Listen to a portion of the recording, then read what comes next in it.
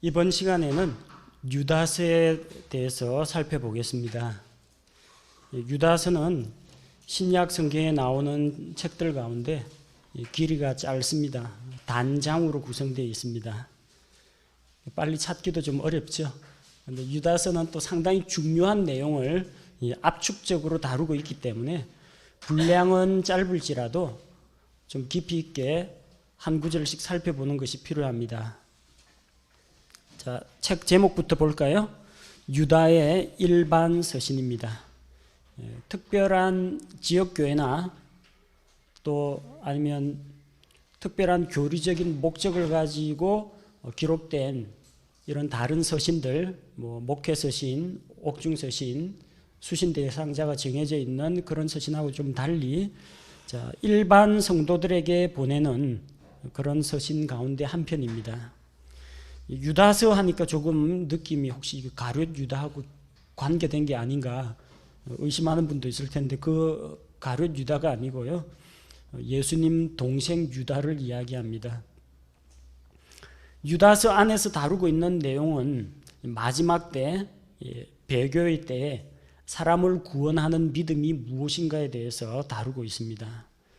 성경에 유다라는 이름이 참 많이 나옵니다. 그 가운데 어느 유다냐?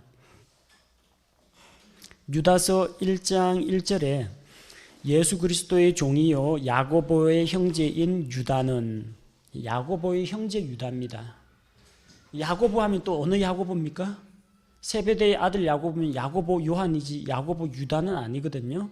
그러니까 여기 나오는 야고보가 사도 요한의 형 야고보를 말하는 게 아니라는 걸 알 수가 있습니다. 야고보서를 기록한 바로 그 야고보, 예수님 동생 야고보를 이야기합니다. 마가복음 6장 3절에 보면은 로마 가톨릭에서는 믿지 않습니다. 마리아가 예수님만 낳고 평생 처녀로 살았다 그렇게 이야기하는데 마가복음 6장 3절에서는 예수님의 남동생 여동생들이 거론됩니다. 이 사람은 마리아의 아들 목수가 아니냐, 야고보와 요새와 유다와 시몬의 형이 아니냐, 그의 누이들이 우리와 함께 여기 있지 아니하냐. 남동생만 4명이고 여동생은 2명 이상입니다. 그 남동생들 가운데서요 야고보, 요새, 유다, 시몬, 야고보하고 유다가 나오죠. 이 야고보가 야고보서를 기록한 야고보고 이 유다가 유다서를 기록한 유다입니다. 자, 그는 자기 자신을 가리켜서 내가 예수님 동생인데 이런 식으로 이야기하지 않습니다. 대부분 자기 친척 가운데 높고 위대한 사람이 있으면 형님이 청와대에 근무하는데 이런 식으로 사칭하는 사람이 있지만 야고보도 그렇고 유다도 그렇고 자기 자신을 가리켜서 예수 그리스도의 종이라고 이야기합니다. 형제관계를 내세워가지고 성도들 위해 자기를 특별한 사람으로 만들고 군림하려고 하지 않습니다. 그래서 야고보서가 사도 야고보가 아니죠. 유다서 역시 사도 유다, 12제자 유다 아닙니다. 예수님의 형제라고 보시면 됩니다. 예수님 형제들은 예수님 지상 사역하는 동안에는 믿지 않았습니다. 요한복음 7장 3절에서 5절에 보면 예수님께서 장막절에 다른 사람들보다 늦게 올라가시죠. 그분의 형제들이 이야기합니다. 자기를 세상에 드러내려고 하거든, 유명세 타려고 하거든, 당신이 지금 이 갈릴리에서 하고 있는 이런 기적들을 예루살렘에 가서 하라. 유대인들은 1년에 3차례 모이거든요. 유월절, 오순절, 장막절 1년에 3번 나타나야 됩니다. 장막절 천하각지에 있는 유대인들이 예루살렘에 모일 테니까 거기서 한번 기적이나 쇼를 딱 한번 하면 사람들이 많이 믿을 것이다, 유명해질 것이다, 그런 생각을 가지고 있었습니다. 이는 그분의 형제들이라도 그분을 믿지 아니하였기 때문이다. 그분의 형제들, 아까 예수님 동생들, 예수님을 안 믿었다는 겁니다. 그런데 사도행전 1장 13절 우리가 지난번에 야고보서 때에도 살펴보았습니다. 그때 다락방에 모여서 기도하는 사람들 가운데 사도들 말고 또 누가 있었습니까? 사도행전 1장 13절을 보니까 13, 14절에 그들이 들어가서 다락방으로 올라가니라 베드로와 야고보와 요한과 안드레와 빌립과 도마와 바돌로메와 마테와 알페오의 아들 야고보와 셀로 시몬과 야고보의 형제 유다가 다 거기 머물렀더라. 자, 이들은 여자들도 있었고요. 예수님 어머니 마리아도 있었고 예수님의 형제들도 있었고, 자, 예수님의 형제들 이름이 등장한다는 것, 이것은 그들이 예수 그리스도의 지상사역 때는 안 믿었지만 어떤 한 시점에 믿었다는 걸 이야기합니다. 아마도 예수 그리스도의 부활 이후에 부활하신 주님을 그들이 만나지 않았을까. 그래서 지난번에 고린도전서 15장 말씀을 살펴보았죠. 고린도전서 15장 7절을 보니까 그 뒤에 그분께서 야고보에게 보이시고 다음에 모든 사도에게 보이셨으며, 그러니까 이 야고보는 사도 야고보가 아니란 이야기죠. 이 야고보는 예수님 동생 야고보입니다. 부활하신 주님이 야고보에게도 나타나셨고 그 자기 남동생들에게도 다 보여주셨겠죠. 부활했다는 거. 그때 아마 야고보와 유다도 예수님을 받아들였으리라고 볼 수가 있고, 또 이 예수님의 동생들이 예수 그리스도의 종으로서 사도다 뭐 이런 자격을 내세운 건 아니고, 사도가 되려면 어떻게 돼요? 요한의 침례로부터 우리 가운데서 올려가시기까지 우리와 함께 다니면서 예수 그리스도의 십자가 죽음과 부활의 목격자가 된 자가 사도가 될 수가 있습니다. 근데 예수님 지상사역 당시 이 사람들을 안 믿었거든요. 그러니까 그런 사도는 아닙니다만 사도들과 마찬가지로 그들이 목회 사역을 했다는 걸 알 수가 있어요. 고린도전서 9장 5절에 사도 바울이 내가 사도다, 말씀 사역자다. 그러니까 너희들에게 헌금을 받아가지고 살더라도 잘못된 게 아니라는 거예요. 일꾼이 자기 삭슬 받는 것이 마땅하기 때문에. 그 이야기를 하면서 고린도전서 9장 4절, 5절, 6절에 우리에게 먹고 마실 권리가 없느냐? 우리에게 다른 사도들이나 주의 형제들이나 게바와 같이 자매 곧 아내를 데리고 다닐 권리가 없느냐? 나와 바나바만은 일하지 아니할 권리가 없느냐? 자기가 말씀 사역자로서 그들과 똑같은 권리가 있다는 겁니다. 누구하고요? 다른 사도들, 또 주의 형제들이나, 주의 형제들, 예수님 형제들요. 예수님 형제들이 바로 바울, 바나바, 게바, 다른 사도들처럼 결혼해가지고 자매, 그 자기 아내를 데리고 다니면서 교회로부터 필요한 것을 공급받았다는 이야기입니다. 주의 형제들이 이런 사역을 했다는 것은 유다도 주의 형제들이죠. 그러니까 두 사람 이상이라는 걸 알 수가 있습니다.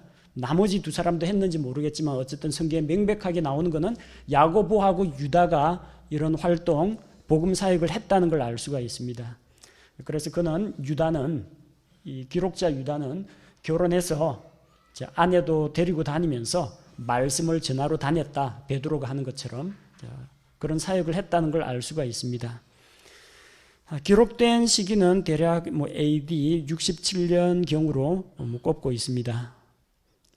이것을 기록한 목적은 무엇인가? 3절을 보니까 사랑하는 자들아, 공통의 구원에 관하여 내가 너희에게 쓰려고 모든 열심을 내던 차에, 원래는 어떤 생각을 가지고 있었어요? 공통의 구원에 대해서 원래 유다가 다루고자 하는 그런 생각을 갖고 있었습니다. 그런데 성도들에게 단 한 번 전달된 믿음을 위해 너희가 힘써 싸우라고 너희에게 써서 권면할 필요를 느꼈노니. 원래는 단번에 주신 그 구원에 대해서, 공통의 구원에 대해서 쓰려고 했는데 이제는 믿음의 싸움에 대해서 써야 되겠다는 그런 생각이 들었다는 겁니다.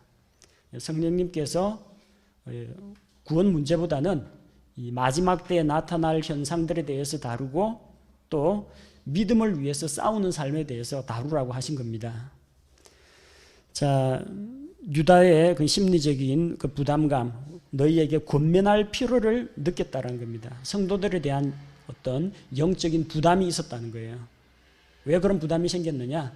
이 교회 안에 가만히 기어들어오는 이단 무리들, 거짓 교사들이 있기 때문에, 성도들이 그들에게 미혹당해가지고 속아 넘어가지 않도록 하려면 미리 경계하고 미리 책망하고 주의를 시켜야 되겠다는 거죠. 그래서 유다가 이 서신을 통해서 이 서신을 읽는 모든 사람들에게 권면하는 말씀이 무엇입니까? 성도들에게 단 한 번에 전달된 믿음을 위해서 싸우라. 믿음의 싸움을 싸우라는 겁니다. 4절 말씀을 보니까 이는 알지 못하는 가운데 기어들어온 어떤 자들이 있기 때문이라. 자, 떳떳하다면 당당하게 추천장 가지고 들어오고 정식으로 교제 가운데서 회중들 앞에서 소개하고 그러겠죠. 여기 보니까 기어 들어왔다고 했어요. 알지 못하는 가운데 언제 왔는지 모르는 데서 슬그머니 회중들 가운데 숨어 있습니다. 자, 이런 사람들 때문에 조심하라는 겁니다.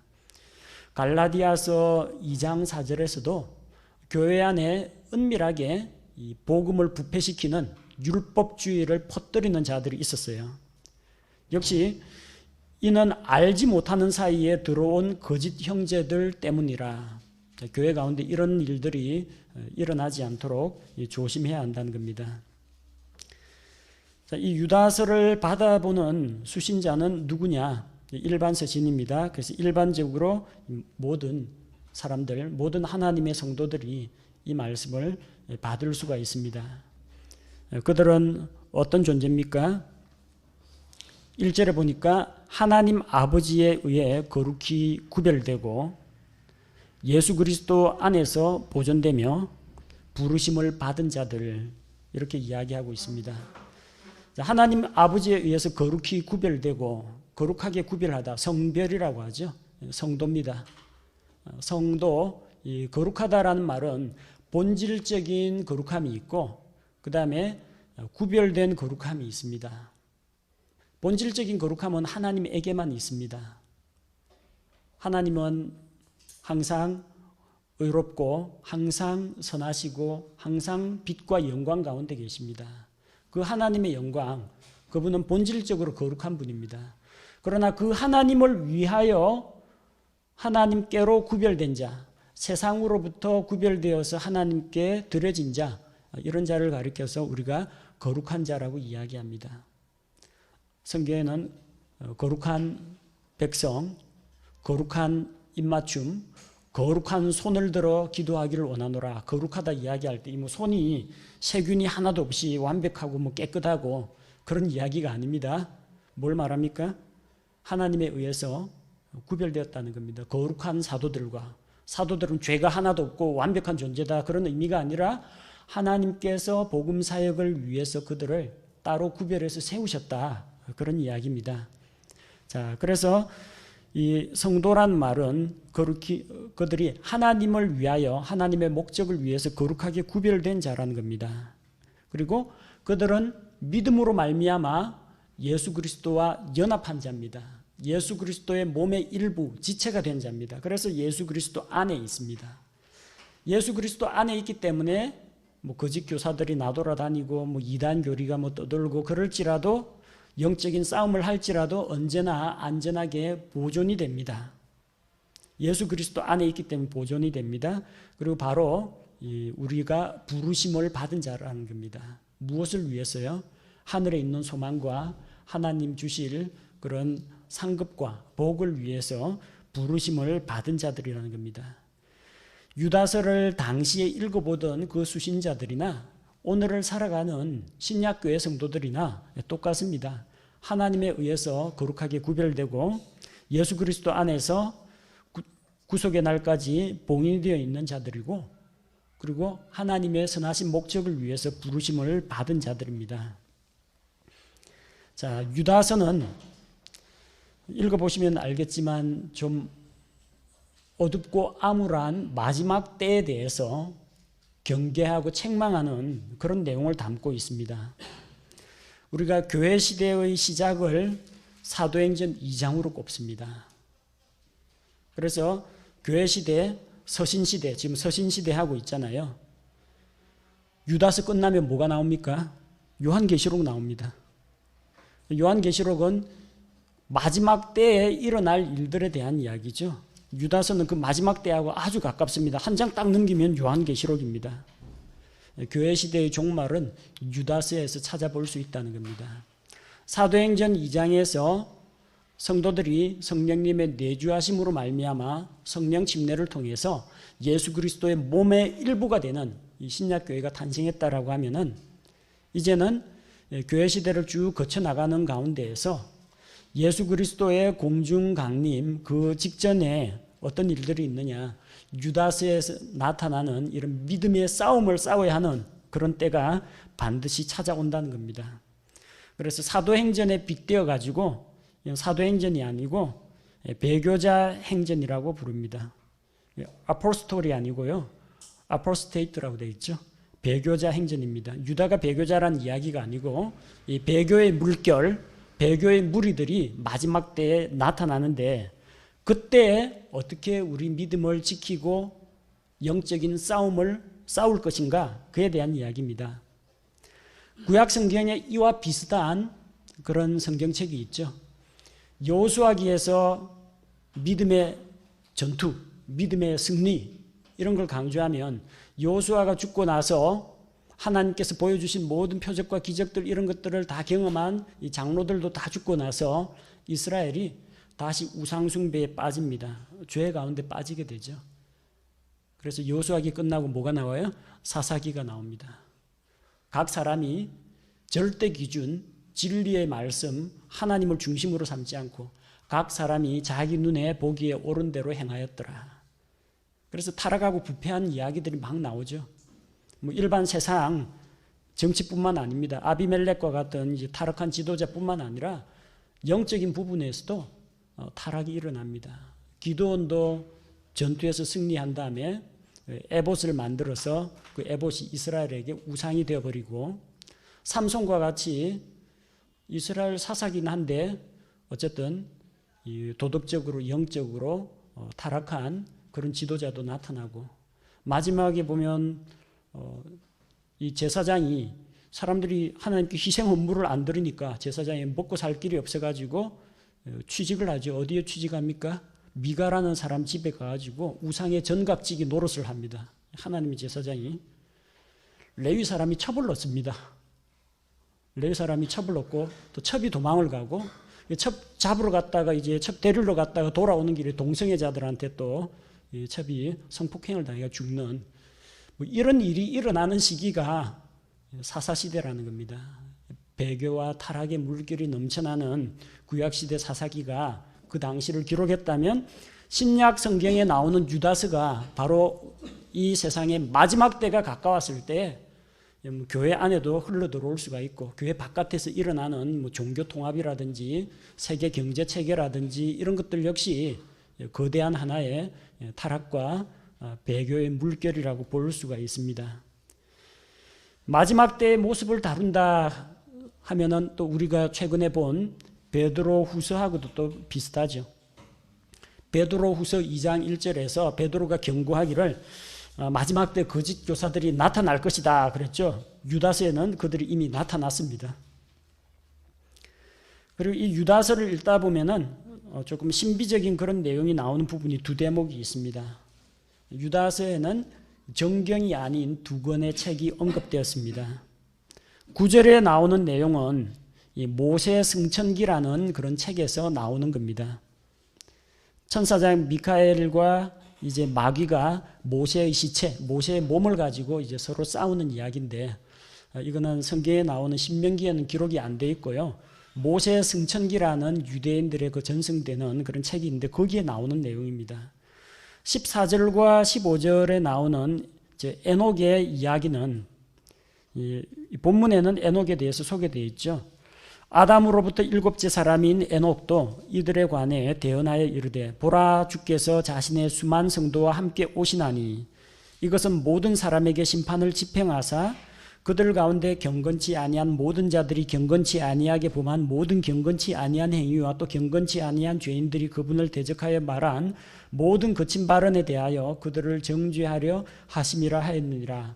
이 내용은 어디에 나오느냐 하면은 구약 성경 외경에 나오는 에녹서에 등장하는 이야기입니다. 자, 이것 때문에 신약 성경의 정경 다루다가 언급한 적이 있죠. 유다서가 과연 하나님의 말씀인가? 이거 모세 승천기 에녹스 이거 베껴 써서 만든 게 아닌가? 자, 그런 의심이 들었던 적이 있습니다. 그러나 에녹서에 있는 내용을 인용을 했다라고 할지라도 만약에 동일한 내용이라면 에녹이 실제로 그런 대언의 말씀을 했는데 그 내용을 하나님께서는 알고 계시겠죠. 저 먼 옛날 수천 년 전에 에녹이 전한 내용. 근데 그 내용이 에녹스라는 책에도 기록이 되어 있는데 하나님께서 그러면 에녹스에 기록되어 있기 때문에 나는 그거 부정한다 이러실 수는 없죠.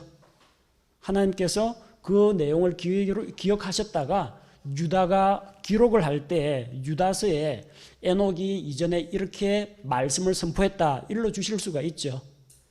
자, 에녹스에 기록되어 있기 때문에 그걸 다루면 안 된다 그런 이야기는 북한에서 쌀밥 먹으니까 우리도 쌀밥 먹으면 안 된다 그 이야기하고 똑같습니다.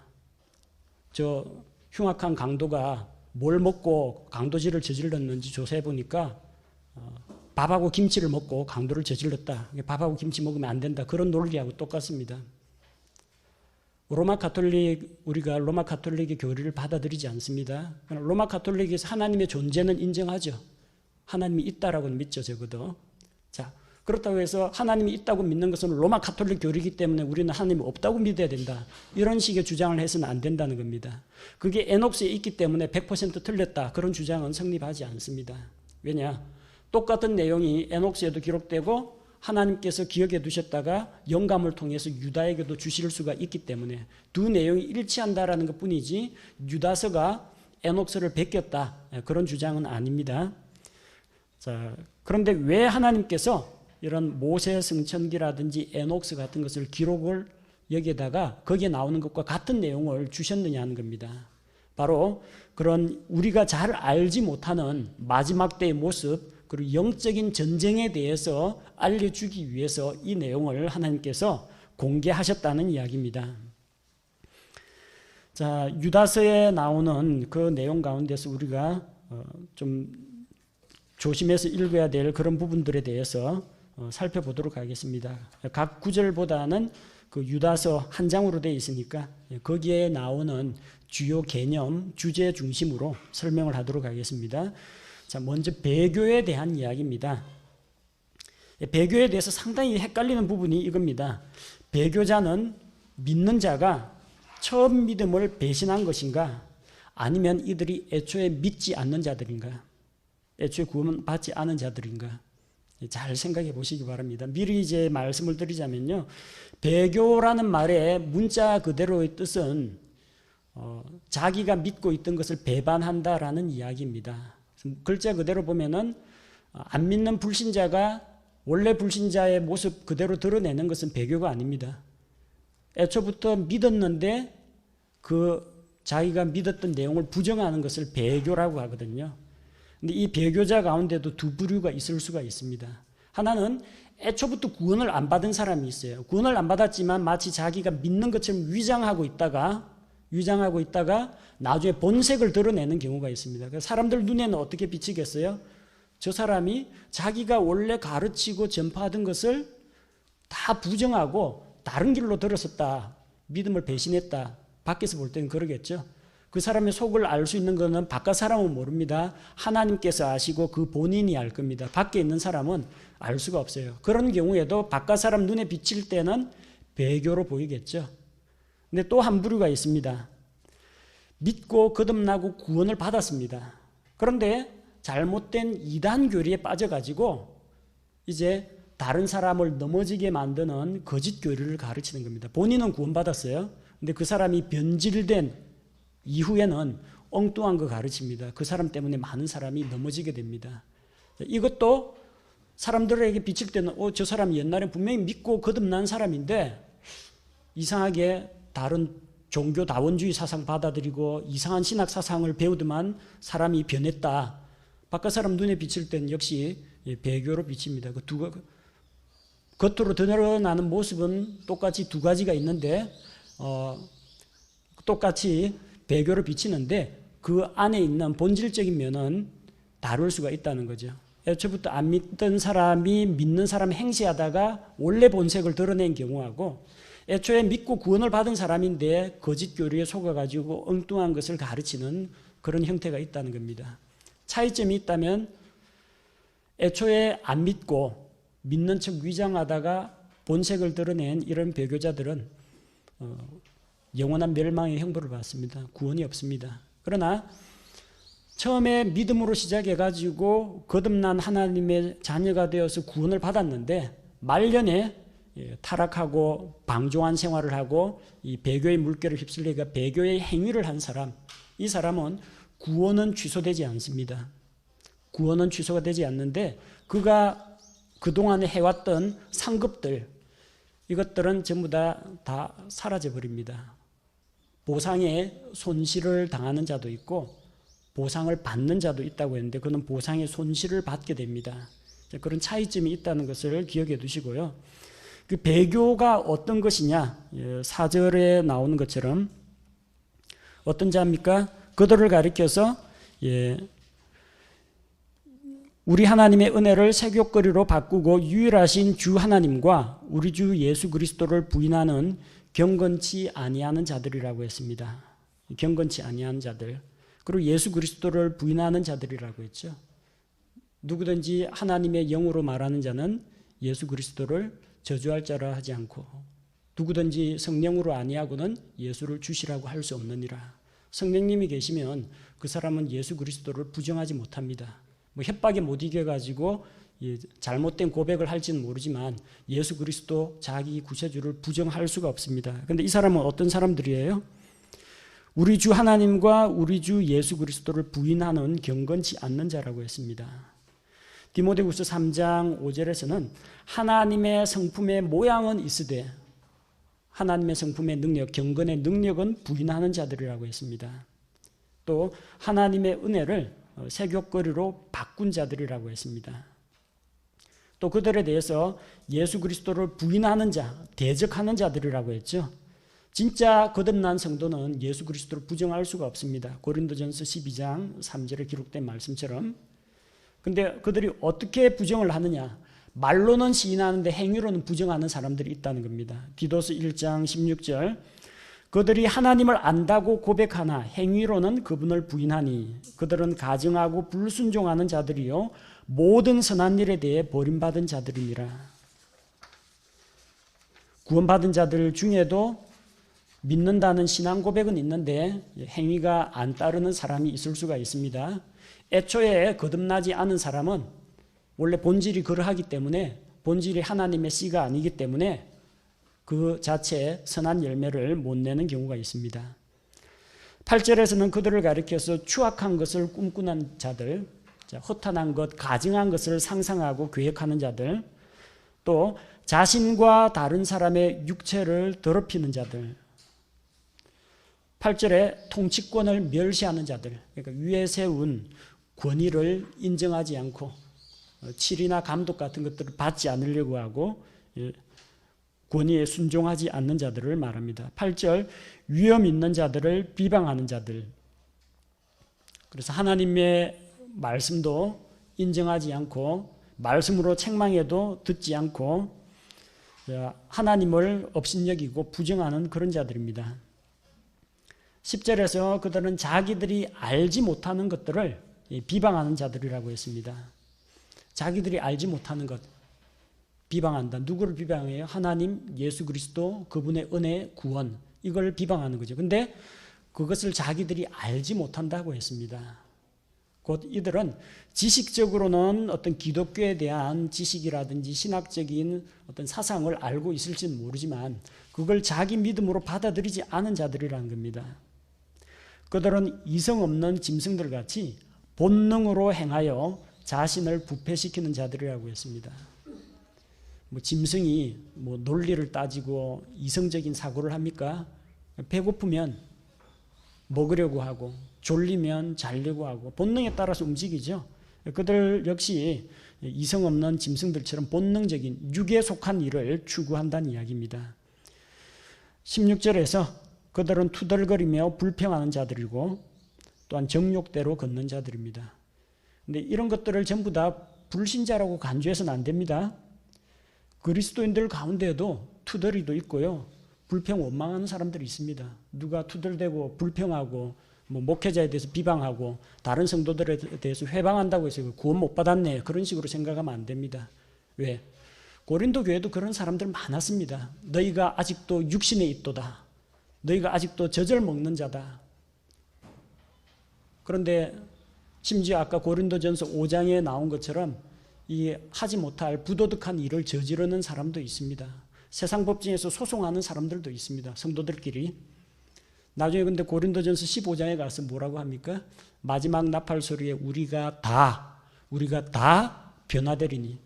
그런 사람들도 예수 그리스도의 십자가의 은혜로 구원을 받았다면 그들의 행위가 부실하고 도덕적으로 인격적으로 모자라는 부분이 있을지라도 다 변화된다고 했습니다.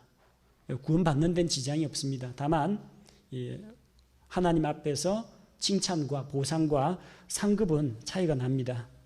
그래서 이런 현상이 있는 사람을 저 사람은 배교자다, 불신자다 그렇게 규정할 건 아닙니다.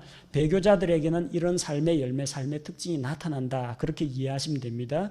자기 정욕대로 걷는 자들이요, 크게 부풀린 말을 하는 자들, 부풀린 말, 허풍 떠는 사람들요, 과장되게 일하는 사람, 특히 자기 자신에 대해서 자기의 자랑은 크게 부풀려서 이야기하고 자기 잘못한 것은 이제 축소시켜서 이야기하는 이런 자들, 이득을 위해 사람들에게 아부하는 자들.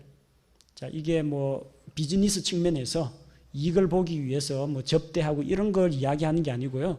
신앙적인 측면에서 이런 일을 하는 사람 많습니다. 교회 좀 높은 직위가 있고 돈 많은 사람 오면 그냥 가서 굽신굽신 해가지고 좋은 자리 내주고 뭐 개인 상담도 해주고 허름한 옷 입고 있고 가난한 사람한테는 상대도 안 해주고 이런 사람들이 있어요. 돈벌이가 된다고 생각하면 사람들이 듣기 좋아하는 성공, 출세, 부, 믿는 대로 된다, 생각하는 대로 된다, 상상하는 대로 된다, 말하는 대로 된다, 이런 거 복음이 아닌 헛된 것들을 퍼뜨리면서 사람들에게 칭찬 듣고 사람들을 끌어모으려는 그런 사람들이 있습니다. 이건 진리를 위해 일하는 것이 아니라 자기 돈벌이를 위해서 일하는 겁니다. 배교자들의 특징이 그렇습니다. 많은 사람들을 끌어모으려고 하고 그들로부터 뭔가를 얻어내려고 하는 그런 사람들입니다. 그들은 진리를 떠나서 19절 자기를 분리시켜서 당파를 만드는 자들입니다. 그리고 육체적 감각대로 사는 자들이요, 19절에서는 그들을 가리켜서 뭐라고 합니까? 성령이 없는 자들이니라. 구원받은 사람은 다 성령이 있습니다. 그리고 한번 성령께서 들어오시면은 영원토록 떠나지 않는다고 요한복음에서 약속하셨습니다. 한번 성령을 받은 사람은 영원히 떠나지 않습니다. 성령이 없다는 건 뭘 말해요? 구원 못 받은 거란 이야기죠. 자, 배교자들은 주님을 부인합니다. 구원 못 받은 사람의 특징입니다. 구원받은 자, 하나님의 영으로 말한 자는 누구든지 예수를 저주할 자를 하지 않고 구원의 주님을 부인할 수가 없습니다. 성령이 없는 자, 주를 부인하는 자는 안 믿는 배교자들을 이야기합니다. 그러나 이 배교의 물결이 교회 안으로 넘쳐 흘러 들어와서 구원받은 성도들 역시 구원을 잃어버리진 않겠지만 거짓 교리에 미혹되고 그들의 타락한 삶에 혼합이 되어가지고 구원은 받았는데 WCC, 뭐 종교다원주의, 종교통합 이런 거 하는 사람들 있죠. 구원은 받았는데 이상한 은사주의 같은 데 빠져가지고 신비주의, 기적 쫓아다니는 사람들 있죠. 그거 했다고 구원 취소당하거나 그러진 않습니다. 그러나 배교의 행위에 동참하는 자들이 나타날 수 있다는 겁니다. 배교의 물결에 동조하고 오염되어서 나중에 징계받고 상급을 잃어버리는 그런 일이 있기 때문에 유다서에서 너희가 그 배교자들, 거짓 교사들을 조심하고 거기에 미혹되지 말라고 경고를 주고 있는 겁니다. 그러면서 역사상 일어났던 그런 배교에 대해서 쭉 소개하고 있습니다. 5절에 어떤 무리가 있습니까? 곧 주께서 백성을 이집트 땅에서 구원하시고 그 뒤에 믿지 않는 자들을 멸하셨으며. 자, 여기에서도 두 부류가 있습니다. 이스라엘 땅에서 유월절 어린 양의 피로 구원받은 사람이 있습니다. 유월절 어린 양의 피로 하나님의 말씀을 믿고 구원받았어요. 그럼 한 번 구원은 영원한 구원입니다. 그래서 그들이 나왔습니다. 이집트에서 나왔죠. 근데 그들 가운데는 어떤 무리가 있느냐면은 유월절 어린 양의 피는 안 했는데 이집트에서 이스라엘 백성이 장정만 60만입니다. 가족 딸린 거 생각하면 200만이 빠져나가는 거예요. 그때 그 틈에 허다한 잡족들이 있다가 이 사람들은 유월절 어린 양의 피하고는 관계없는데 섞여서 같이 따라 나왔어요. 중다한 잡족들이 그들과 함께 나왔습니다. 자, 그런데 광야에서 이 믿지 않는 자들이 죽었는데 역시 두 부류가 죽습니다. 약속의 땅 가나안에 못 들어가고 죽은 부류가 있는데 그 어떤 사람이 있느냐, 유월절 어린 양의 피로 구속을 받아서 하나님을 믿고 홍해를 통과해서 광야 생활을 나왔는데 물 없다, 고기 없다 이런 거 불평하다가 혹은 저 모압 사람들하고 이 간음을 하다가 죽은 사람이 있어요. 이 사람은 지옥에 갔겠어요? 낙원에 갔겠어요? 유월절 어린 양의 피를 믿는 믿음이 있었다면요, 지옥 안 가고 낙원에 갔을 겁니다. 예를 들어서 모세와 아론을 보십시오. 무리바 물에서 하나님의 영광을 드러내지 않았죠. 하나님께서 처음에는 반석을 쳐서 물을 내라고 했는데 두 번째 사건에서는 반석을 명하여 물을 내라고 했어요. 왜? 예수 그리스도는 단 한 번 얻어맞고 단 한 번 쪼개져서 물을 흘려내시는 분입니다. 그 다음부터는 반석에게 기도해야 됩니다. 그런데 이 패역한 백성들아, 우리가 너희를 위해 이 반석에서 물을 내려 하면서 자기 지팡이로 반석을 칩니다. 자기 손에 능력이 있는 것처럼 하나님의 영광을 가리웠습니다. 그 죄로 인해서 너희가 무리바 물에서 내 영광을 드러내지 아니하였기 때문에 너는 이 광야에서 죽는다. 약속의 땅 가나안에 못 들어간다. 자, 그래서 모세와 아론은 가나안 땅에 못 들어가고 죽었습니다. 약속의 땅 가나안에 못 들어갔습니다. 모세와 아론이 구원 못 받았습니까? 아니죠. 마태복음 17장에서 변화산에서 예수님 영광 가운데 변화될 때 모세와 엘리야가 나타났습니다. 하나님의 왕국이 영광 가운데 임할 때에 바로 모세와 엘리야도 같이 나타난다는 이야기예요. 구원받았지만 징계로 육체의 죽음을 허락하시고 약속의 땅은 맛보지 못하게 하셨습니다. 그런 사람들이 있다는 거예요. 고라 자손들, 하나님의 제사장을 도와가지고 레위 사람으로서 열심히 성막에서 섬기는 일을 하다가 다단과 아비람, 고라의 무리가 반역을 하다가 그들은 징계를 받아 죽었습니다. 그러나 그들이 유월절 어린 양의 피를 믿는 믿음으로 이집트에서 나왔다면 구원이 취소되거나 잃어버리지는 않습니다. 그러나 최고의 징계, 육체의 죽음은 경험했습니다. 그래서 믿음은 있는데 반역에 가담했다가 징계받아가 죽는 그런 케이스. 그럼 또 어떤 무리가 있어요? 아까 출애굽기 12장 38절이나 이스라엘 백성들에게 고기 없다, 물 없다 불평하는 이스라엘에 섞여 사는 무리가 있습니다. 유월절 어린 양의 피 그런 건 안 칠했는데 200만이 빠져나가는 그 북새통에 이집트의 감시가 소홀한 틈을 타가지고 묻어가지고 나온 사람들이 있어요. 이건 믿음하고 관계없는 사람들입니다. 애초부터 하나님의 백성 아닌데 아니나 다를까 광야에 가니까 제일 먼저 이 사람들이 원망 불평하고 이런 일을 합니다. 이 사람들은 역시 징계로 죽음입니다. 그러나 이 사람들은 어린 양의 피하고 관계없는 사람입니다. 예수 그리스도의 피하고도 관계없는 사람입니다. 이런 사람들은 영원한 멸망이라는 겁니다. 그래서 배교에도 이런 두 부류가 있을 수가 있다는 걸 이야기합니다. 6절에는 천사들이 나옵니다. 또 자기들의 처음 신분을 지키지 아니하고 자기들의 처소를 떠난 천사들을 큰 날의 심판 때까지 영존하는 사슬로 묶어 어둠 밑에 예비해 두셨는데, 베드로 전후서 다루면서 언급했습니다.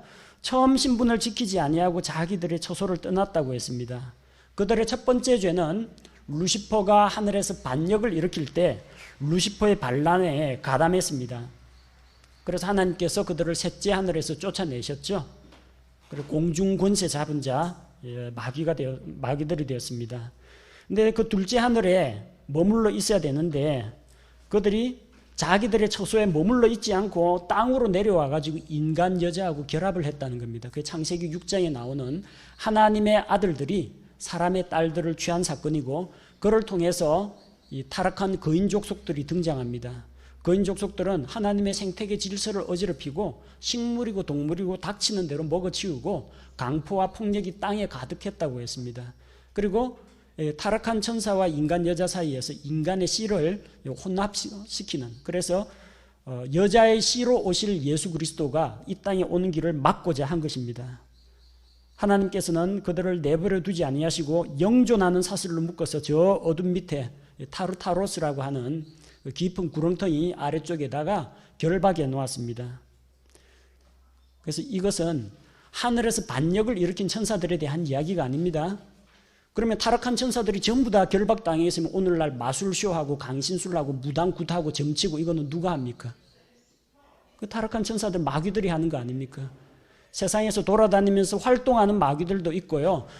하나님 앞에 중대한 죄를 저질러 가지고 저 어둠 밑에 결박당해 있는 그런 천사들도 있다는 겁니다. 여기서 말하는 어둠 밑에 묶여있는, 사슬로 묶여있는, 마지막 날의 큰 날의 심판 때까지 묶여있는 그런 존재는 어떤 존재냐 하면은 단순히 루시퍼 반역에 가담한 그 사건뿐만이 아니라 창세기 6장에서 인간의 딸들을 취해가지고 하나님의 창조 질서, 창조 세계를 혼잡하게 만든 바로 그 천사들을 이야기합니다. 그 아래쪽에 그들의 죄목이 나오죠. 7절에 이것은, 그 천사들이 저지른 죄는 소돔과 고모라와 그것들의 주변 도시들이 같은 방식으로 자기를 음행해 내주고 낯선 육체를 따라가다가 영원한 불로 보복을 당하여 번복이가 된 것과 같으니라. 자, 그들은 어떤 일을 했습니까? 소돔 고모라 사람 어떤 일을 했어요? 그들은 음행을 했습니다. 그 중에서도 남색을 했습니다. 동성애를 했다는 거죠. 동성애를 영어 성경 소도마이트라고 부르는데, 하나님께서 정하신 그 창조의 원리를 따르지 않고 남자와 여자의 그 역할을 따르지 않고 남색을 했습니다. 또 어떤 일을 했습니까? 롯의 가족을 구원하기 위해서 이 천사들을 보내줬는데 그 천사라는 그 존재가 아주 이 얼굴이 젊고 아름답고 사람들 보기에도 멋지게 생겼으니까 그 아름다운 남자들하고 한번 관계를 맺어보겠다고 롯의 집 문을 부수고 들어오려고 했죠. 타락한 천사들과의 그런 관계가 있었다라는 이야기입니다. 자, 그런데 실제로 소돔 고모라뿐만 아니라 그것들의 주변 도시들이 같은 방식으로 음행의 자기를 내줬다고 했죠. 그 내용은 창세기 14장 5절에 나옵니다. 창세기 14장 5절에 그 민족들의 전쟁, 그돌라오멜 연합군과의 그 전쟁에 있어서 보면요. 자, 그돌라오멜을 섬기던 그 민족들이 반란을 일으켜가지고 전쟁을 하는데 그들이 12해 동안 그돌라오멜을 섬기다가 13째 해에 반역을 일으켰습니다. 그래서 창세기 14장 5절에 보니까 14째 해에 그돌라오멜과 그와 함께한 왕들이 이 반란군을 진압하는데, 자, 아스다롯 가르나임에서 르바 족속을 쳤습니다. 르바임 족속입니다. 함에서 수수 족속을 쳤습니다. 주짐스입니다. 그 다음에 사회 기라다임에서 엠 족속을 쳤습니다. 에밈스입니다. 르바임, 주짐스, 에밈스. 신명기에 나오는 거인 족속들 이름입니다. 그들이 뭘 믿고 그돌라오멜의 통치에 반대하고 반기를 들었겠어요. 거인 족속들 등에 업고 하려고 한 거예요. 그돌라오멜 연합군이 누구를 제일 먼저 쳤어요? 이쪽 르바임, 주짐스, 에밈스 거인 족속들을 제일 먼저 공격했습니다. 제일 큰 위협이 되기 때문에. 자, 그런데 소돔 고모라 주변에 있는 도시들 이름이고요. 거기에서 거인 족속들이 나타났다는 건 뭘 이야기합니까? 노아 홍수가 끝난 이후에도 이런 일들이 일어났었다는 것을 보여줍니다. 또 어떤 것을 볼 수가 있느냐? 자, 그들이 자기를 음행에 내주고 낯선 육체를 따라갔다고 했습니다. 낯선 육체가 뭡니까? 사람의 육체가 아니란 이야기예요.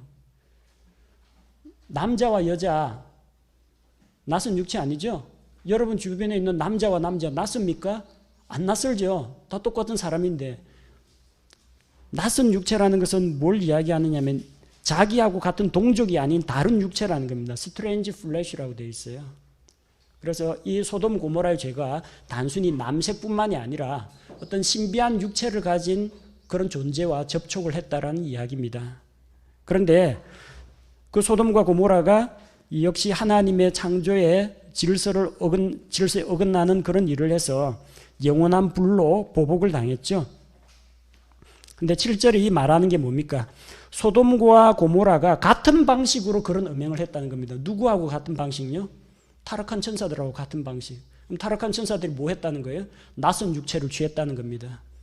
천사의 몸이 아니라 인간 육체를 취했다는 이야기입니다.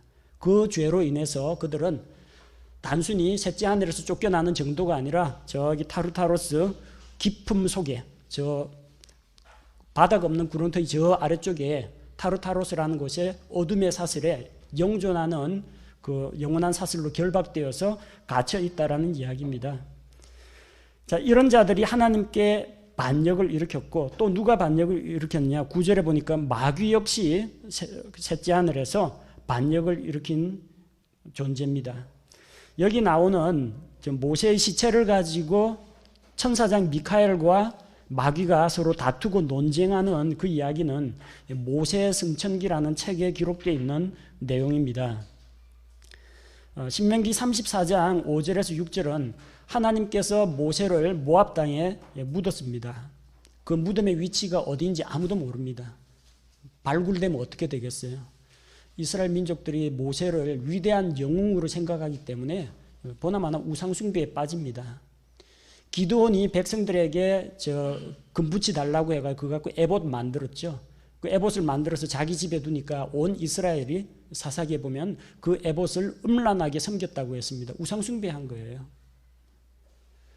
히스기야 당시에 모세가 광야에서 장대에 놋뱀을 달았잖아요.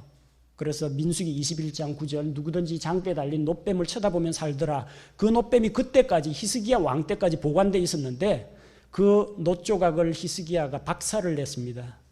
느우스탄이라고 부르면서 이건 놋조각이다. 놋뱀 쳐다보면 구원 얻었다고 하니까 이게 무슨 영업이 있는 줄 알고 전부 다 놋뱀을 우상처럼 섬겼던 겁니다. 놋뱀에게 분향을 했다는 겁니다. 히스기야에 와가지고 그걸 박살을 내버렸어요. 모세의 뼈나 시체가 있다라고 하면 이스라엘 사람들 충분히 그렇게 하고도 남습니다.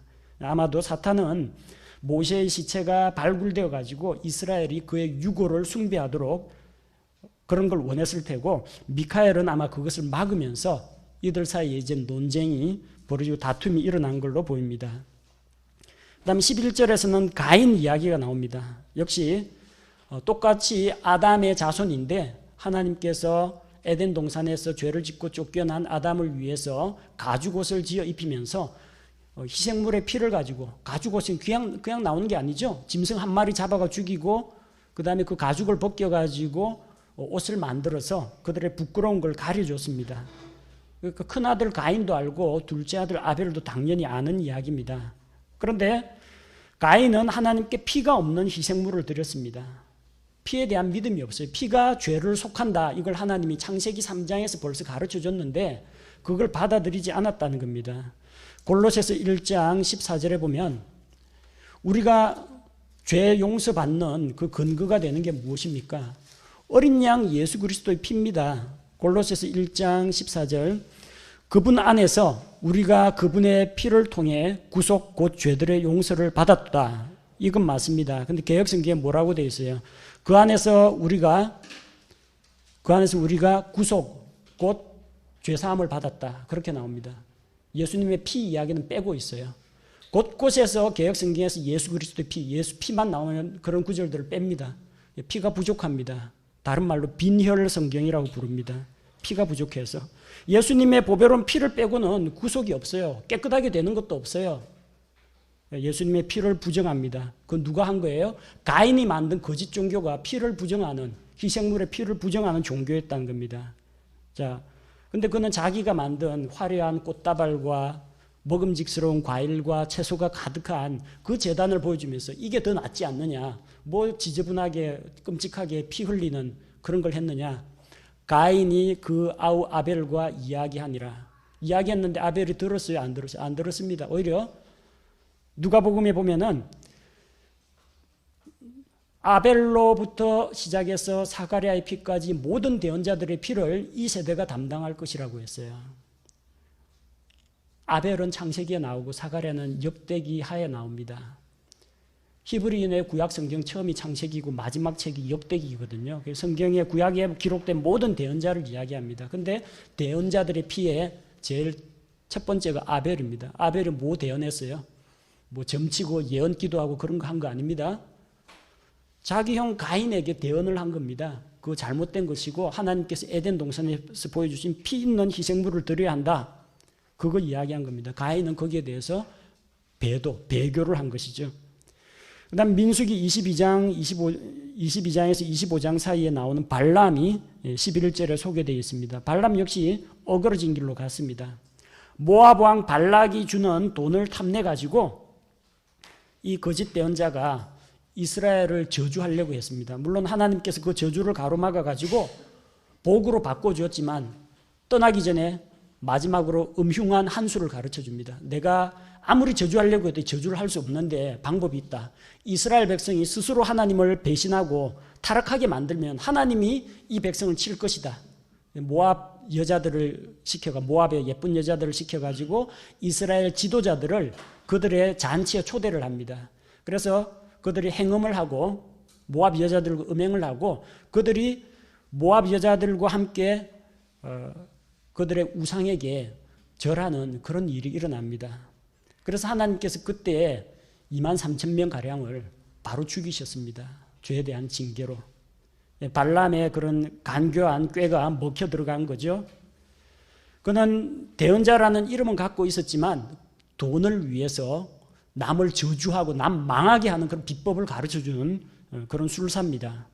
오늘날에도 이런 배교자들이 있습니다. 복음 사역을 상품화해가지고 텔레비전 이런 데 나와가지고 자기가 축사한 기도한 이 물을 마시면 병이 낫는다든지 자기가 어떤 손수건에다가 하면은 병이 난다든지 전화 상담하면서 기도해주면 나으니까 돈 보내라고 한다든지 자 이런 금품을 받고 안수하고 축복하는 이런 것들이 돈을 사랑하는 발람과 같은 배교의 길이라는 겁니다. 저 옛날에 저 미디안 땅 모압 땅에서 일어난 이야기가 아니고 오늘날 한국과 미국에서 진짜 이런 일이 일어나고 있다는 거예요. 목사님 만나가지고 축복기도 한번 받는데 얼마씩 내야 한다라든지 이런 일들이 일어난다는 겁니다. 민수기 16장에는 고라라는 인물이 나오죠.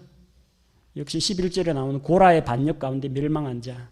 이 고라 족속들이 하는 거는 장막을 맡은 겁니다. 그들은 제사장이 아니고 레위인으로서 제사장은 아론의 자손들만 하는 것이고 성막에서 섬기는 일을 해야 되는데 자기 본분을 벗어나가지고 모세 아론만 지도자냐 우리도 하나님의 사람이 아니냐 우리는 하나님의 백성 아니냐 이렇게 대드는 사람이 나온다는 겁니다. 자, 이런 사람들은 하나님께서 세우신 지도자 하나님의 권위를 부정하는 자들입니다. 배교자들이 꼭 그럽니다. 하나님께서 세우신 사역자들을 비방하고 의심나게 만들고 그리고 이 교회가 목사거냐 이 교회가 집사거냐 그러면서 자기들이 더 위에 서려고 하는데 이게 교회 안에서 일어나는 배교의 모습 중 한 가지입니다. 자, 그럼 배교에 대해서 몇 가지 비유가 있습니다. 12절에 그걸 가리켜서 사랑의 잔치의 얼룩이라고 했습니다. 이 사랑의 잔치가 뭐냐면은 개역에는 아마 애찬이라고 번역되어 있을 겁니다. 주의 만찬을 나누잖아요.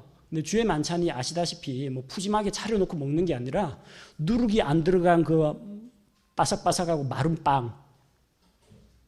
빵, 그 다음에 포도 주스, 그게 답니다. 그거 먹고 요기가 되겠습니까? 주의 만찬 한 다음에는 이 성도들이 자발적으로 이 애찬을 나눕니다. 교제의 식탁을 나누는데 거기에 이제 고기도 내고 여러 가지 맛있는 음식도 가지고 오고 그럽니다. 주의 만찬은 예수 그리스도의 죽으심을 기념하는 의식으로서 이제 갖는 것이고 함께 먹고 마시면서 사랑의 교제를 나누는 자리가 있는데 거기에 있는 오점, 얼룩이라는 거죠. 고린도전서 11장 17절에서 30절 보면 바로 그런 대표적인 예들이 나옵니다. 고린도 교회 안에 부자도 있고 가난한 사람도 있는데 부자들이 가난한 자들하고는 주의 만찬 같이 안 먹으려고 합니다. 내가 어찌 내 하인하고 내 종하고 같이 먹을 수 있느냐. 천한 것들과 같이 안 하려고 자기들끼리 옵니다. 이 사람들은 또 되게 빨리 와요. 집에서 할 일이 없으니까. 집에서 일하는 건 노예들을 종들한테 다 시켜놓고 자기만 먼저 옵니다. 시장에서 일하는 사람하고 그 주인집에서 일하는 종들은 일 다 마쳐야 옵니다. 와보니까 만찬용 빵 자기들이 다 먹고 없습니다. 게다가 애찬용으로 가지고 온 고기도 자기들이 다 먹고 배불러 있습니다. 근데 고기 먹을 때는 이게 들어가야죠. 그러다 보니까 주의 만찬은 원래 누룩이 들어가 있지 않은 포도의 즙으로 하는데 이 사람들은 고기 먹을 때는 역시 포도주가 제일이다 하면서 술도 마시고 만찬 자리에서 술 취해갖고 자고 있는 자들이 있어요. 바울이 책망하는 게 고린도전서 11장에서 너희가 주의 이름으로 모이는데 이게 무슨 주의 만찬이냐. 주의 만찬을 합당하지 않게 취하는 자들에 대해서 책망하고 저주를 합니다. 이 주의 만찬에 참여할 자격이 없는 자를 이야기하는 게 아니고요. 구원받은 성도는 다 참여할 자격이 있는데 주의 만찬을 합당하지 않은 방식으로 취하는 자들이 있다는 겁니다. 그런 자들이 사랑의 잔치의 얼룩이라는 겁니다. 예수 그리스도께서 가르치신 십자가의 죽음과 그 부활 이거 가르치면서 주의 만찬의 규례를 주셨는데 그 주의 만찬의 기본 정신 이게 뭐 누룩이 없는 빵, 누룩이 없는 포도즙 이것만 가지고 되는 게 아니라 뭡니까?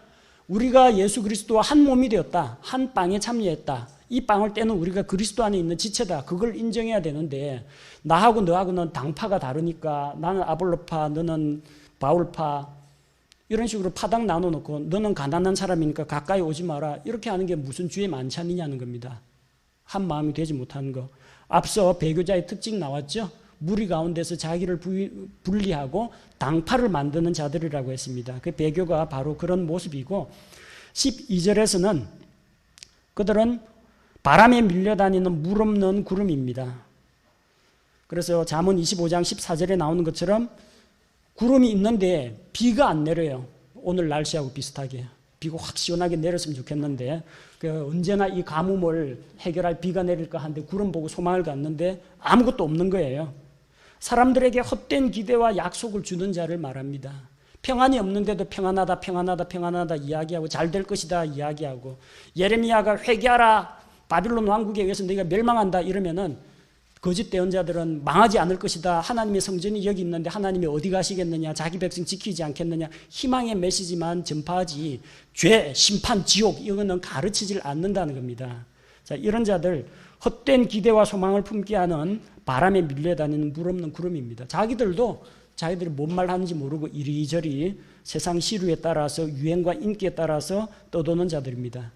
자, 그들은 열매가 없고 뿌리 뽑힌 나무라고 했습니다. 열매가 시들고 열매가 없고 두 번 죽어서 뿌리 뽑힌 나무, 늦가을 나무입니다. 그래서 이 늦가을 되면 잎이 다 떨어지고 시들고 열매도 다 떨어지죠. 그 늦가을 나무 좀 있으면 늦가을 지나면 겨울 옵니다. 심판의 겨울이 다가올 때 엄청난 배교의 행위가 일어난다는 겁니다. 13절에서 그들은 마치 바다에 성난 물결과 같습니다. 바다는 모든 물이 하나로 모이는 곳입니다. 옛날에는 각 고전파, 낭만파, 자유주의, 문예사조 같은 게 있잖아요. 요즘은 그런 거 없습니다. 포스트 모던, 그 안에 다 녹아 있습니다. 온갖 강지류에서 나온 정치, 종교, 철학, 건축, 미술, 음악이 다 녹아 있는 게 포스트 모더니즘이고요.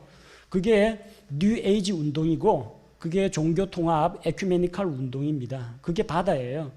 바다는 악의 상징입니다. 모든 물들 지류가 모여가지고 있는 것인 동시에 이사야 57장 27절 20절처럼 그러나 사악한 자들은 안식하지 못할 때에 속의 물들이 진흙과 우물을 내는 요동하는 바다와 같다고 했습니다. 이 배교자들은 또한 떠돌아다니는 별들입니다. 자기들이 뭘 믿고 있는지 무엇을 행하는지 어디로 가고 있는지도 모르는 이 분별력 없는 존재라는 겁니다. 바로 그런 자들에 대해서 14절 15절 심판이 있을 것이라는 걸 선포합니다. 이 심판의 내용은 에녹서에 기록되어 있습니다. 에녹서는 성경은 아닙니다. 약 BC 100년경에 기록된 문서인데 모두 108장으로 구성되어 있습니다. 구약 성경에 나오는 에녹, 하나님과 동행했던 그 에녹은 타락한 세상 가운데에서 하나님과 동행함으로 말미암아 주께서 홍수 심판이 임하기 전에 바로 하늘로 데려간 그런 인물입니다. 그래서 환난을 겪지 않고 먼저 휴거되는 신약교회 성도의 표상이라고 할 수가 있습니다. 그 에녹이 뭘 말했습니까? 주께서 자신의 성도들과 함께 오신다고 했습니다. 성도들을 데리러 공중 강림하시는 게 아니고요. 공중 강림하셔서 성도들 부활과 휴거가 일어나가지고 하늘에서 7년간 머물다가 그 성도들과 함께 내려오시는 거예요. 그러니까 이건 지상재림의 문맥입니다. 주께서 오십니다. 그리스도의 지상재림 그리고 거기에서 또 심판이 임하죠. 주께서 오셔서 경건치 않은 자들의 경건치 않게 행한 경건치 않은 일들에 대해서 심판하신다고 했습니다. 그래서 이런 마지막 때에 그 배교의 때에 든든히 서려면 어느 시대에나 배교는 있었습니다. 셋째 하늘에서도 반역이 있었고요. 창세기에도 반역이 있었고 출애굽기 민수기에도 반역이 있었고 사사들의 시대 그리고 왕들의 시대에도 반역이 있었고 신약교회 시대에도 이런 반역, 배교의 무리가 있다는 겁니다. 우리는 우리 힘으로 설 수가 없습니다. 1절처럼 우리는 그리스도 안에서 보존되고 있습니다. 예수 그리스도의 지체요 그리스도 안에 있는 자는 보존이 됩니다. 빌립보서 1장 6절에서 너희 안에 착한 일, 선한 일을 시작하신 분께서 그리스도의 날까지 우리를 지키신다고 했습니다. 우리는 그리스도의 능력으로 보존이 됩니다. 에베소서 4장 30절에서 우리는 구속의 날까지 성령님을 통해서 봉인된 존재입니다. 통조림 포장하듯이 깡통이나 빈병에 통조림 포장하듯이 봉인이 되어 있어요. 세상에 물결이 들어오질 않습니다. 우리의 구원이 잃어버리지 않고 취소당하지 않는다는 걸 말합니다. 마치 노아의 방주 그 안에 하나님께서 노아와 이 짐승들을 넣고 딱 문 닫고 봉인을 하셨기 때문에 심판의 물결 홍수가 그 안에 침범하지 못한 것처럼 우리 역시 성령 안에서 이 배교의 시기에 안전하게 보존이 되고 있다는 겁니다. 자, 그런데 20절, 자, 그러나 사랑하는 자들아, 너희는 너희의 지극히 거룩한 믿음 위에 너희 자신을 세우며 성령님 안에서 기도하고 우리 자신을 먼저 세워야 됩니다. 거룩한 믿음 위에 자신을 건축해 나가야 하고 성령님 안에서 기도하는 삶을 살아야 하고 21절에 우리 주 예수 그리스도의 긍휼을 기다려야 합니다. 주께서 이 세상에서 죄 가운데 배교의 물결 가운데에서 혼탁한 세상 가운데에서 있는 우리를 불쌍히 여기시고 마치 소돔 고모라에서 날마다 일어나는 그 죄악과 추잡한 것들 때문에 롯이 그 의로운 영을 상하고 있는 것을 안타깝게 여기신 것처럼 주께서 우리를 긍휼히 여기사 우리를 다시 데리러 오신다는 겁니다. 예수 그리스도의 다시 오심으로 말미암아 우리가 복된 소망과 예수 그리스도의 영광스러운 나타나심을 기다릴 수가 있습니다. 그래서 그런 시기에 우리는 22절, 23절처럼 안 믿는 사람들을 구원으로 인도해야 됩니다. 근데 인도하는데 사람마다 좀 차이가 있어요. 차이를 두어서 어떤 사람들은 불쌍히 여겨야 됩니다. 예컨대 정말 죄에 찌들어 살 수밖에 없는 즉 가난하고 무지하고 조상대대로 우상만 섬기는 이런 환경 또 알코올 중독 이런 것 때문에 찌든 삶을 사는 자, 이 사람들은 불쌍하고 안타깝게 여겨야 됩니다. 또 어떤 사람이 있느냐면 또 다른 사람들은 불에서 끄집어내어 두려움을 가지고 구원하되 불의 심판에서 당장 꺼내야 할 사람도 있습니다. 불에 애가 타고 있는데 느긋느긋 할 수 없죠. 일단 잡아채가지고 끄집어내야 됩니다. 이단에 빠졌다, 배교의 물결에 동조한다, 그러면 일단 끄집어내놓고 이야기해야 됩니다. 그 안에 있는 사람한테 그러면 안 되지 뭐 이런 식으로 설득하려고 해서는 안 되고요. 일단 시급히 구조를 해야 됩니다. 그 다음에 또 어떤 사람이 있습니까? 육체로 더러워진 옷조차도 미워하라. 전도자 자신까지도 오염당할, 예컨대 그 전염병이 도는데 의료진이라고 뭐 전염병 안 도는 거 아니죠? 방호복 입고 장갑 끼고 마스크 쓰고 접근을 해야 됩니다. 가만히 있으면 전도자 자신도 그들의 죄에 물들고 오염되는 그런 일들이 있습니다. 좀 문란하고 부도덕한 사람들, 그런 사람들하고 접하다 보면요, 자기도 모르게 그 생활에 오염되거나 영향을 받을 수가 있다는 겁니다. 각각의 차이를 두어 가지고 이 안 믿는 자들을 구원으로 인도해야 한다는 겁니다. 마지막으로 이 편지는 하나님께 영광 돌리는 것으로 마무리합니다. 우리 성도들을 보호하시고 넘어지지 않게 하시고 자기 앞에 흠없이 세우실 바로 그 하나님, 홀로 지혜로우신 하나님 곧 우리의 구원자께 영광을 돌립니다. 그러니까 누구에게 영광 돌려요? 예수 그리스도입니다. 홀로 지혜로우신 하나님, 잠언에 나오는 지혜는 예수 그리스도를 이야기합니다. 예수 그리스도는 하나님의 지혜입니다. 그리고 그 하나님은 곧 우리의 구원자, 구원자 예수 그리스도가 하나님이란 뜻이에요. 개역에서는 곧 우리 구주, 홀로 하나이신 하나님께 우리 주 예수 그리스도로 말미암아 영광을 돌린다고 했는데 그게 아니고요. 예수 그리스도가 이 배교의 시기에 우리를 안전하게 보존하시는 분이 누구냐? 예수 그리스도라는 겁니다. 그분은 하나님의 지혜이고 예수 그리스도는 하나님이시라는 겁니다. 그 예수 그리스도께 영광을 돌리면서 유다서가 마무리되고 있습니다. 마지막 유다서가 끝나고 나면 요한계시록이 나옵니다. 마지막 때가 가까울 때 배교의 물결이 일어날 것을 걱정하고 염려하면서 성도들로 하여금 믿음 가운데 깨어 있으면서 단번에 주신 그 믿음을 위해서 믿음에 싸울 것을 권면하는 말씀이 유다서의 말씀입니다.